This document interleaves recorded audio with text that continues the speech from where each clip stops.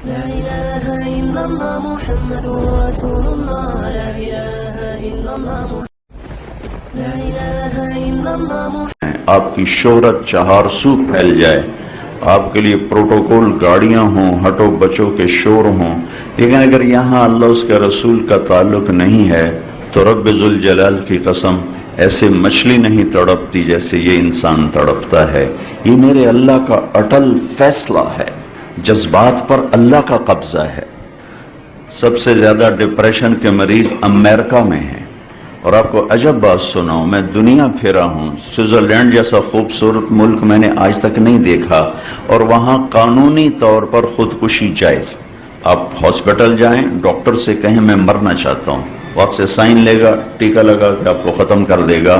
دنیا کے ہو سکتا ہے اس سے بھی حسین ملک ہوں، لیکن میں نے اتنا حسین ملک نہیں دیکھا، اور ایک انسان غریب نہیں، سب مالدار ہیں، سب خوشحال لوگ ہیں، اور وہیں خودکشی قانوناً جائز ہے، قانوناً الاؤ ہے کہ آپ اپنے آپ کو ختم کر سکتے ہیں، کہ اندر کی بے قراری، بے چینی وہاں تک پہنچی ہے کہ وہ مرنا چاہتے ہیں، مرنا چاہتے ہیں۔ ہم خوش قسمت ہیں، ہمیں اللہ اس کے رسول کی پہچان ہے، صرف پہچان ہے، پہچان ہے، ابھی تعلق نہیں ہے۔ اس پہچان پر یہ سارا مضمون میرے ذہن میں اچانک اس لیے آیا، میں نے یہ فیصلہ قرآن میں لکھا گیا ہے، اس کو قرآن کا حصہ بنایا گیا، اسے حدیث کا حصہ نہیں بنایا، اور اسے 28واں پارہ اس سے شروع کروایا گیا۔ قد سمع اللہ قول التي تجادلك في زوجها وتشتكي الى الله والله يسمع تحاوركما ان الله سميع بصير الذين يظاهرون منكم من نسائهم ما هن امهاتهم ان امهاتهم الا اللائي ولدنهم وانهم ليقولون منكرا من القول وزورا وان الله لعفو غفور۔ اتنا خوبصورت کلام اترا ہے۔ 28واں پارہ سورہ مجادلہ، نام ہی مجادلہ رکھا، مجادلہ، جھگڑا کرنے والی عورت، جھگڑا کرنے والی، اللہ کے نبی سے جھگڑا، نام ہی مجادلہ ہے۔ ہم نے سن لیا اس کی بات کو جو آپ سے بات کر رہی تھی، یہ تو ترجمہ ہے، لیکن صورتحال کیا ہے؟ جو ترجمہ کبھی حقیقت کو نہیں بتایا کرتا، یہ جو الفاظ ہیں یہ کیا بتا رہے ہیں، میں وہ آپ کے سامنے پیش کرنا چاہتا ہوں کہ اے میرے محبوب، یقیناً اللہ نے سنا، میں نے نہیں کہا، قد سمعت، لفظ اللہ، میرے محبوب اللہ نے اپنی اس بندی کی فریاد کو سنا جو آپ سے جھگڑا کر رہی تھی اپنے خامند کے بارے میں۔ آپ انکار کر رہے تھے، وہ اقرار کروا رہی تھی، اور اس عدالت میں میں بھی موجود تھا، اور میں نے یہ فیصلہ اپنی بندی کے حق میں کر دیا، اور اس طلاق کو ختم کر دیا، اور اس کا جرمانہ رکھ دیا کہ غلام آزاد کرے، اور بیوی حلال ہو گئی، یا مسکینوں کو کھانا کھلائے یا روزے رکھے، بیوی حلال ہو گئی۔ یہ واحد امت ہے جن کی فریادوں پر اللہ تعالیٰ نے قرآن کو اتارا، یہ واحد امت ہے جن کی دعاؤں پر آسمان کے فرشتے اترے۔ شام کا پہلا معرکہ جس میں 8000 مسلمانوں کا لشکر تھا اور 1,00,000 رومن لشکر، جرجیس ان کا سالار تھا، تو وہ حملہ اچانک تھا، وہ صحابہ اس سارے لشکر نے ان کو گھیرے میں لے لیا۔ تو واصلہ بن اسقا ایک صحابی ہیں، عرب کی گھٹی میں شاعری تھی، وہ کہتے ہیں اس دن ہمیں شعر بھول گئے، اور ہمیں یہ خیال ہے کہ آج ہماری قبریں یہیں بنیں گی، اور آج ہم اس گھیرے کو توڑ کے نہیں نکل سکتے، 1,00,000 کا گھیرا۔ کہنے کہ ہم سب کی زبان پہ آیا یا رب محمد انصر امت محمد، سب کی زبانوں پہ یہ چل گیا یا رب محمد انصر امت محمد، 2 لفظ۔ کئی دفعہ حرم کی دعا میں شریک ہوا ہوں جو 29 کی رات کو ہوتی ہے مدینہ منورہ میں، اور ادھر مکہ مکرمہ میں، پونا گھنٹہ ہاتھ اٹھا کے کھڑے ہوئے، اور سارا حرم چیخ رہا ہے، مرد عورت، عرب عجم، امیر غریب، بمے دعا کروانے والے امام صاحب کے، اور 5 کلومیٹر تک سڑکوں پر لوگ کھڑے ہوئے، چیخو پکار ہے، آہو بکا ہے۔ ایک بارش تو اوپر آواز نہیں جا رہی، ایک بارش کہ ہر آنے والا دن پہلے سے زیادہ خوفناک ہو گیا تھا. اور یہاں پونے گھنٹے کی دعا نہیں تھی، ایک لفظ تھا، یا رب محمد انصر امت محمد، اے رب محمد امت محمد کی مدد فرما. حضرت عبداللہ بن عمر فرماتے ہیں کہ میری نظر آسمان پر پڑی تو میں نے دیکھا آسمان ایسے پھٹا اور اس میں سے سفید رنگ کے گھوڑے نکلے اور گھوڑ سوار نکلے جنہوں نے سفید رنگ کے پگڑیاں باندھی ہوئیں اور ان کے ہاتھوں میں نیزے، اور ایک گھوڑ سوار سب سے آگے یہ کہتا ہوا آ رہا تھا، ابشروا یا امت محمد فقد اتاکم اللہ بالنصر، اے امت محمد تمہیں بشارت ہو، تمہارا رب تمہاری مدد کے لیے آ گیا.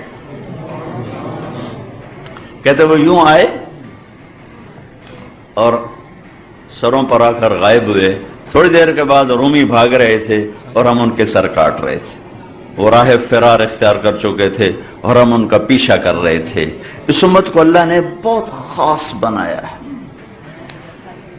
اس کے اندر سے یہ چیز، میرا ایک کزن، فرسٹ کزن، ساری زندگی نشوں میں گزر گئی، جوانی میں مر گیا، کوئی نماز نہیں پڑھی سوائے اس کے جو میں کبھی گھر گیا تو اس کو میں نے پکڑا، آ بھائی چل نماز پڑھی ہے، تو اٹھ کے آ گیا. ایک دن میں اس کی گاڑی میں اس کے فرنٹ سے ساتھ بیٹھا ہوں، وہ گاڑی چلا رہا ہے، مجھ سے کہنے لگا طارق میاں میں آج تک کبلیال منہ کر کے تھکیا نہیں، میں نے شرم آمد. اس کو اسے دیکھنے لگا، میں کیا کہ میں آج تک کبلیال منہ کر کے تھکیا نہیں، میں نے شرم آمد. یہ غافل ترین انسان کے اندر اللہ اس کا رسول بول رہا ہے. جب انڈیا پاکستان ایک تھا تو بمبئی میں ایک اداکارہ تھی، اس کا نام تھا مہر النساء. جو ہندو ڈائریکٹر تھا اس نے کہا کہ تیرا نام بہت لمبا ہے، تم کوئی فلمی نام رکھ لو. اس نے کہا کیا رکھوں؟ میں نے کہا عائشہ رکھ لو. تو ایسے کانپ گئی اور اس کھڑی ہوئے اپنا جوتا اتارا اور مار مار مار اس کے سر پہ توڑ دیا اور پھر پھوٹ پھوٹ کر روئی کہ پہلے آخرت برباد ہے، ایک پاک نام بدنام کروں، ایک پاک نام کو بدنام کروں. وہ اتنا روئی کہ اس کے بعد اس نے فلم انڈسٹری چھوڑی، پھر کسی نے اس عورت کی شکل نہ دیکھی. یہ ایک نافرمان کے اندر اللہ، اس کے رسول اور اس کے گھر کا پیار اور اس کی محبت ہے.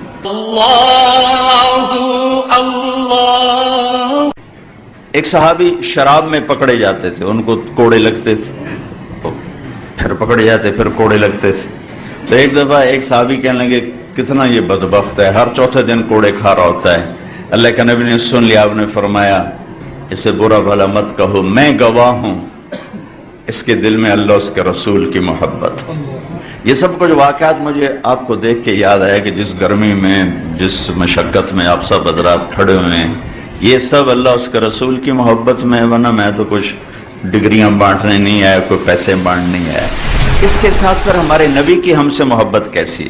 وہ بھی کسی نبی نے ایسی محبت نہیں کی جیسے اللہ کے نبی ہم سے محبت کر کے گئے. آپ کو سب سے زیادہ پیار حضرت عائشہ سے تھا. آپ ان کے گھر میں تشریف لائے کہ یا رسول اللہ میرے لیے دعا تو فرمائیں. تو آپ نے فرمایا اللہم اغفر لعائشہ ما تقدم من ذنبها وما تأخر وما اسرت وما اعلنت. یا اللہ عائشہ کے اگلے پچھلے سارے گناہ معاف فرما اور چھپ کے کھل کے کیے سارے گناہ معاف فرما، جتنے بھی کیے اللہ سارے معاف فرما. تو حضرت عائشہ رضی اللہ تعالیٰ عنہ خوشی سے زمین پر لیٹ گئیں اور ایسے لوٹ پوٹ ہونے لگی. تو آپ نے فرمایا عائشہ کیا بات، اتنا خوش ہو رہی ہو؟ کہا آپ نے اتنی بڑی دعا کی میرے لیے، میں خوش نہ ہوں؟ کہا عائشہ یہ دعا میں اپنی امت کے لیے روزانہ مانگتا ہوں. تمہارے تو کہنے پر مانگا ہے، تمہارے کہنے پر ہاتھ اٹھائیں، لیکن اپنی امت کے لیے یہ دعا میں روزانہ مانگتا. کسی نبی نے دنیا سے جاتے ہوئے آنے والی امت کو یاد نہیں کیا. آپ کے دنیا میں جانے میں چند دن باقی تھے تو صحابہ تشریف لائے، صحابہ کو دیکھ کے رونے لگے اور فرمایا کہ میں تمہیں اللہ کے سپرد کرتا ہوں، اللہ تمہارا ساتھی ہو. اور فرمایا کہ میرے بعد جو میری امت آئے گی نا ان کو میرا سلام کہنا. یہ واحد نبی ہیں جو اگلی امت کو یاد فرما کر گئے اور فرمایا کہ قیامت تک جتنی میری امت کی نسلیں آئیں گی سب کو میرا سلام پیش کر دینا۔ یہ درد صرف ہمارے نبی نے ہمارے لیے اٹھایا ہے، کوئی نبی ایسے نہیں تڑپا جیسے ہمارے نبی اپنی امت کے لیے تڑپے ہیں۔ اور پھر جب دنیا سے جانے کا وقت آیا، جانے میں 5 دن باقی تھے، 5 دن، تو آپ بخار تھا بہت شدید، تو آپ نے غسل فرمایا، اور غسل کے بعد فرمایا مجھے مسجد لے چلو، ظہر کے نماز کا وقت، تو آپ نماز سے پہلے ممبر پر آ کر تشریف فرما ہوئے اور فرمایا کہ لوگوں میں ایک زمانہ گزار کے جا رہا ہوں، میں نے تم سب وکیل لوگ ہو، حقوق کی جنگ لڑتے ہو، کتنے حقوق خود تمہارے ہاتھوں سے برباد ہوتے ہیں، کتنے ظلم خود تمہارے ہاتھوں سے ہوتے ہیں، تمہیں پتہ بھی نہیں ہے اور تمہیں پتہ ہو بھی صحیح، تو ایک مفاد کی پٹی ہے جو آنکھوں پہ چڑھی ہوئی ہے، اور ایک حرص و ہوس ہے جس نے انسان کو انسانیت سے نکال کر درندہ بنا دیا ہے، جانور بنا دیا ہے، اسے مظلوم کی آہ سنائی نہیں دیتی، اسے مظلوم کے گھر کا چولہا بجھا ہوا دکھائی نہیں دیتا، اس کے گھر کے چراغ بجھتے ہوئے اسے دکھائی نہیں دیتے۔ آج کا ماحول صرف مال کی چمک جانتا ہے، پیسے کی کھنک کو سنتا ہے اور مال کی چمک کو دیکھتا ہے، اور سونے چاندی پر انسانوں کو تولتا ہے، اور انہی کے سامنے انہی کی چوکٹ پہ سجدے کرتا ہے جن کے ہاتھوں میں طاقت ہے، مال ہے۔ انسان بطور انسان تو کب کا بک چکا ہے، کب کا اس منڈی سے اٹھ چکا ہے، اور سب کھوٹے سکے ہیں، انسانی شکل میں پتہ نہیں کون کون ہیں۔ میں ابھی سنا ادھر جانے والا ہوں کہ اگر میرے نبی وہ نہ کرتے تو آج ہم کیا ہوتے۔ اے لوگو، ایک زمانہ گزارا ہے، کسی کو تھپڑ مارا ہو، کسی کو چھڑی ماری ہو، کسی کا حق مارا ہو، مجھ سے بدلہ لینا۔ یا رسول اللہ، آپ کی خاطر تو کائنات بنی، آپ کہہ رہے ہیں مجھ سے بدلہ لے لو۔ اور کس حد تک میرے نبی کی احتیاط ہے۔ حنین کی جنگ میں جب شکست ہوئی تو بھاگے صحابہ، ایک صحابی کا پاؤں ہمارے نبی کے پاؤں پر آ گیا، جنگی جوتا، تو آپ کو ایک دم تکلیف ہوئی، آپ کے ہاتھ میں ایسے چھڑی تھی ہلکی سی، آپ نے اس کو یوں چھڑی ماری، کہا اوجعتنی نہیں، ارے اللہ کی طرف بھلا گیا، دیکھ تو نے میرا پاؤں سارا مسل دیا۔ وہ بھاگ رہے تھے لیکن وہ کہنے لگے میرے دل میں ہے کہ اب میں مارا گیا، میں نے اللہ کے نبی کو دکھ پہنچا دیا، اب پتہ نہیں میرے بارے میں کیا وحی آئے گی اور کیا میری ہلاکت کا فیصلہ ہوگا۔ کہ ساری رات نیند نہیں آئی۔ اگلے دن نماز کے بعد اعلان ہوا، کل جس آدمی کا پاؤں نبی کے پاؤں پر آیا تھا وہ آ کے بارگاہ رسالت میں حاضر ہو۔ کہنے لگے مجھے یقین ہو گیا اب تو ضرور میری ہلاکت کا کوئی فیصلہ آسمان سے آ گیا۔ کہ جب میں پہنچا تو آپ نے کہا میرے دوست، کل میں نے آپ کو چھڑی ماری تھی، میں آپ سے معافی مانگتا ہوں۔ وکیل حضرات غور سے سنیں، سارے غور سے سنیں، طارق جمیل بھی غور سے سنیں، آپ بھی غور سے سنیں کہ آپ ہر وقت ظلم اور انصاف کے درمیان چل رہے ہوتے ہیں۔ اللہ کی قسم آپ بہت بڑی جنت بنا سکتے ہیں، اللہ کی قسم بہت بڑی جہنم بن سکتی ہے، کیونکہ جتنی اونچی پرواز ہوتی ہے اتنی بڑی ہلاکت بھی ہوتی ہے۔ آپ جیسی جنت مسجد کا امام نہیں بنا سکتا، مدرسے کا محدث نہیں بنا سکتا، میدان جنگ کا مجاہد نہیں بنا سکتا، اور آپ جیسی جہنم بڑے سے بڑا فرعون نہیں بنا سکتا۔ آپ نے کہا میرے دوست، کل میں نے آپ کو چھڑی ماری تھی، میں آپ سے معافی مانگتا ہوں، مجھے معاف کر دو، اور یہ 60 اونٹ میں آپ کو چھڑی کے بدلے میں ہدیہ پیش کرتا ہوں، آپ قبول فرمائیں۔ 60 اونٹ چھڑی، زرہ پر تو تلوار اثر نہیں کر دی، تو سوٹی کی تو اثر کرنا سے۔ لوگوں، میں ایک زمانہ گزار کے جا رہا ہوں، کسی کا حق مارا ہے تو لے لو، تھپڑ مارا ہے میں حاضر ہوں، قیامت کے دن میرے خلاف کوئی دعویٰ نہ کر۔ یوم یجعل الولدان شیبا، جس دن بچے بھی بوڑھے ہو جائیں گے۔ سب صحابہ رونے لگے زاروں قطار۔ پھر آپ اترے، نماز پڑھائی، ممبر پر آئے، پھر فرمایا کسی کا حق مارا ہو لے لو، کسی کو تھپڑ مارا ہو میرا وجود حاضر ہے، چھڑی ماری ہو میرا وجود حاضر ہے، میرے اوپر قیامت کے دن کوئی دعویٰ نہ کرنا۔ تو ایک صحابی کھڑے ہوئے، یا رسول اللہ آپ نے میرے 3 روپے دینے ہیں۔ 3 روپے؟ ہم نے کہا اچھا دینے ہوں گے لیکن مجھے یاد نہیں۔ کہ ایک سائل آیا تھا تو آپ کے پاس تھے ہی نہیں، تو آپ نے فرمایا تھا تم دے دو میں دے دوں گا۔ ہاں، تو میرے نبی کے گھر ایک لقمہ کھانے کا نہیں تھا، پیسے کہاں سے ہوتے؟ تو آپ کے چچا کے بیٹے حضرت فضل سامنے کھڑے تھے۔ آپ نے کہا فضل میرے بھائی، میرا یہ قرضہ تیرے ذمہ ہے، تو ادا کر دینا۔ ہاں جی میں ادا کر دوں گا۔ اس کے بعد آپ گھر تشریف لے گئے. پھر جمعرات کو آپ اٹھنے لگے نماز کے لیے تو غش آ گئے. پھر اٹھنے لگے پھر غش آ گئے. پھر اٹھنے لگے پھر غش. ہر دفعہ پوچھتے نماز ہو گئی؟ کہ یہ نہیں ہوئی. کہا اچھا. ایسے ہوتے پھر یوں چلے جاتے. پھر آخر آپ نے فرمایا کہ ابو بکر سے کہو نماز پڑھائے. ابو بکر اس دن پچھلی صف میں کھڑے تھے، عمر پہلی صف میں کھڑے. تو صحابہ کو خیال ہوا نماز ہی پڑھانی ہے، کوئی پڑھا دے. تو انہوں نے عمر کو آگے کر دیا. انہوں نے کہا اللہ اکبر. جب آپ نے آواز سنی آپ نے زور سے کہا عمر کو پیچھے کرو، ابو بکر کو آگے کرو. میرے اللہ کا فرمان ہے میرے مصلی پہ ابو بکر کے سوا کوئی نہیں کھڑا ہو سکتا. نماز توڑوائی گئی، ابو بکر کو آگے کیا گیا، عمر کو پیچھے کیا گیا. عشاء جمعرات، جمعہ ہفتہ اتوار، 15، 16 اور پیر کی فجر. ہفتے کے دن ظہر کی نماز آ کر آپ نے ابو بکر کے پیچھے ادا فرمائے. کھڑے تھے آپ یوں نکلے، ابو بکر نے محسوس کیا تو اسے پیچھے ہٹنے لگے. آپ نے اشارہ کیا کھڑے رہو، تو ادھر بیٹھ کر آپ نے بیٹھ کے نماز ادا فرمائی. پیر کا دن آ گیا. پیر کا دن آ گیا. میرے نبی نے کیا شفقت دی تھوڑا سا بتا. پیر کا دن آ گیا. آپ نے اپنی بیگم 7 جون 633 عیسوی اور 12 ربیع الاول اور 11 ہجری آپ نے اپنی بیگمات کو بلوایا، سب سے ملاقات فرمائی. حضرت عائشہ رضی اللہ عنہا کے گھر کی باری تھی. تھوڑا سا بیماری کی تفصیل بھی بتا دوں. 29 سفر آپ کو سر درد ہوا عصر کی نماز کے بعد. حضرت میمونہ کے گھر کی باری تھی. اور پھر چلتے چلتے یہ بڑھتا گیا. اب روزانہ پوچھتے کہ میں کل کس گھر میں ہوں گا، میں کل کس گھر میں ہوں گا. اس سے سب نے یہ اندازہ کیا کہ آپ غالباً یہ چاہتے ہیں کہ بیماری کے دن میرے عائشہ کے ساتھ گزریں.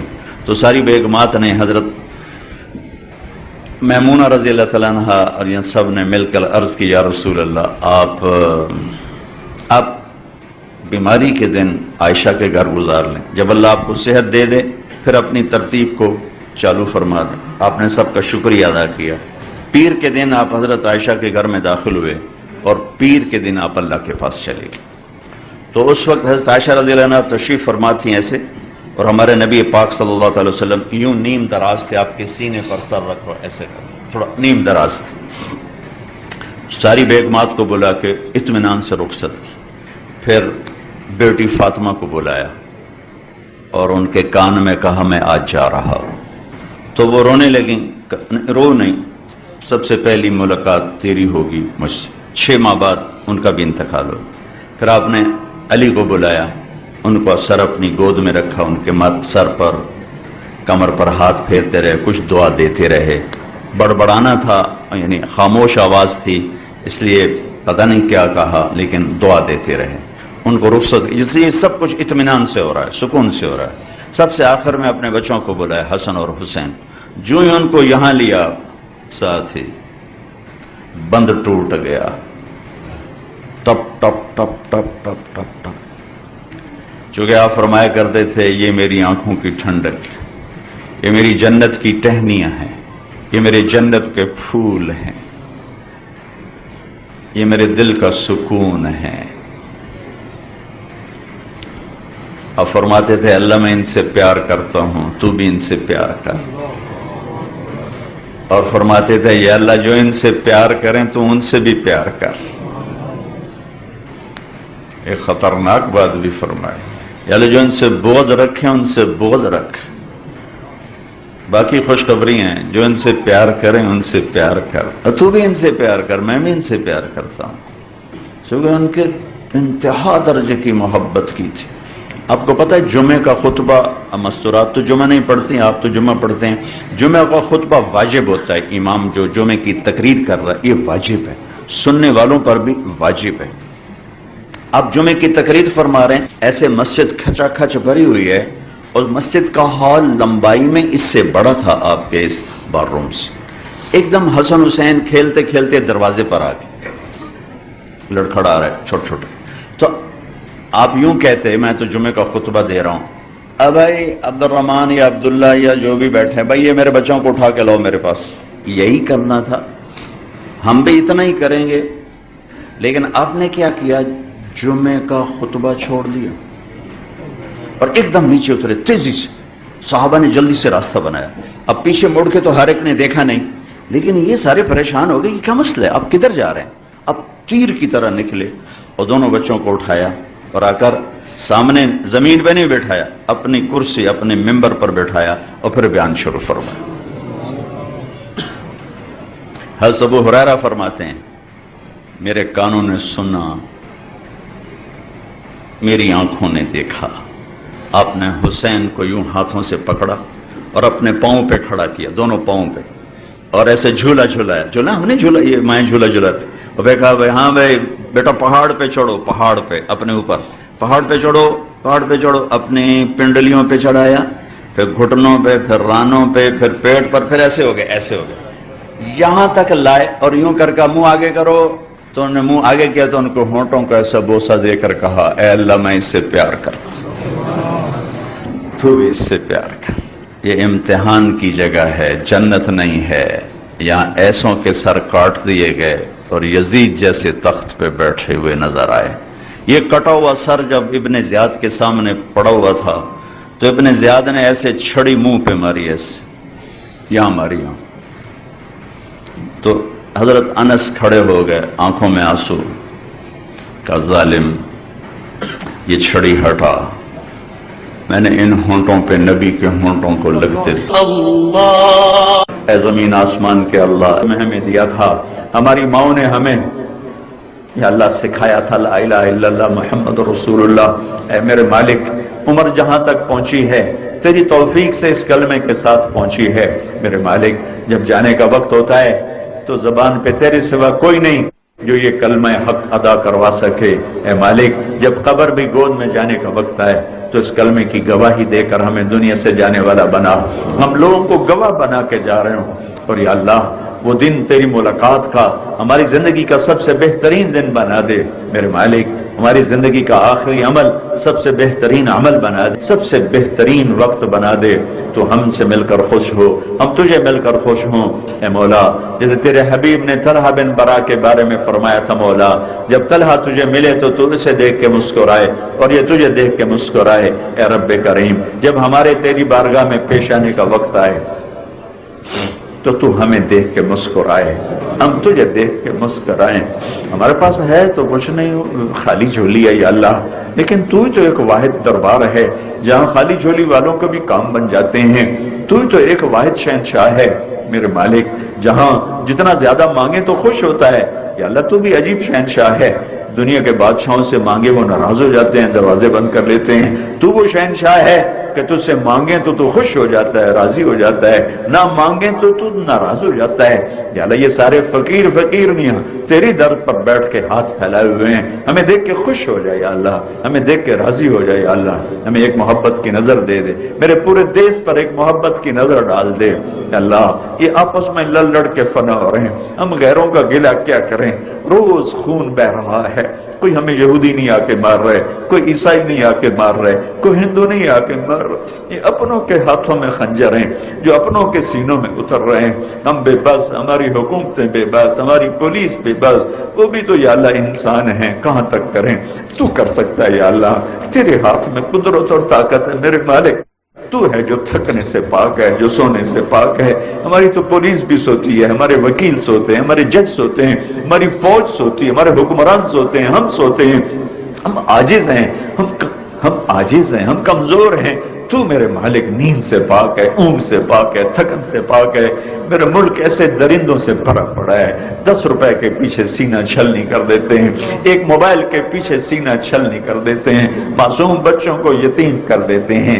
معصوم بچیوں کو بے آسرا کر دیتے ہیں، اے میرے مالک ہماری بے بسی ہے، ہم تیری منت کرتے ہیں، تو آ جا یا اللہ، دیس کو تو نے کلمے کے نام پہ ہمیں دیا تھا، تو نے اس 14 صدی میں 2 دیس بنائے کلمے کے نام پر، ایک مدینے کا دیس بنایا تھا، ایک تو نے یہ پاکستان بنایا تھا، یا اللہ تو نے بنایا تھا، اپنے فضل سے بنایا تھا، دریاؤں کا پانی خشک ہو گیا ہے، اس میں پاکستانیوں کا خون بہ رہا ہے، یا اللہ تیرے سوا کوئی نہیں ہے، کوئی نہیں، تو آ جا آجا میرے سن لینا یا اللہ، ہم نے کبھی بوجھا یہ جتنے حضرات تشریف لائے، مرد، خواتین، وکلاء، باہر سے لوگ، جتنے بھی جس شعبے سے ہیں یا اللہ، ہم سب کو اپنے محبوب کے آنسوؤں کے تحفے قبول فرما، قبول فرما، قبول فرما۔